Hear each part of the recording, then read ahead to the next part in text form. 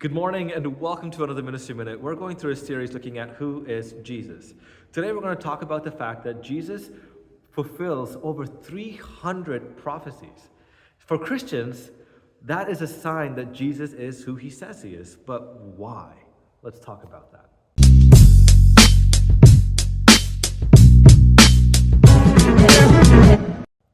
Jesus fulfilled prophecies like being born of a virgin, dying on a cross, being raised again in 3 days, and so much more.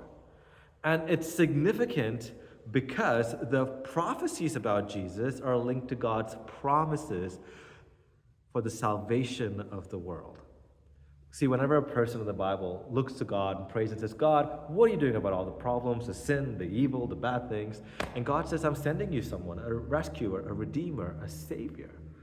And these are the signs that this will be the person. And God will bring prophets to prophesy about what the day of the Lord will look like. Check out Luke chapter 4. And all of these prophecies are fulfilled in Jesus. Now, this is a mathematical and statistical impossibility that it happens so perfectly in Jesus.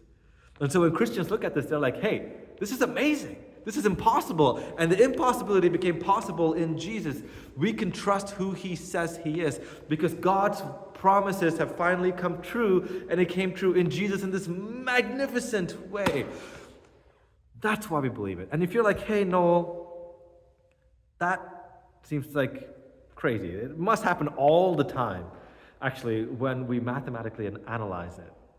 For a person to fulfill all the prophecies that Jesus fulfilled, it's kind of equivalent to a tornado going through a junkyard and you get a Boeing 334 or 330, whatever. It is impossible for this to have happened, but it did. That's what makes it a God event. That is my ministry 2 minutes. I'll see you soon.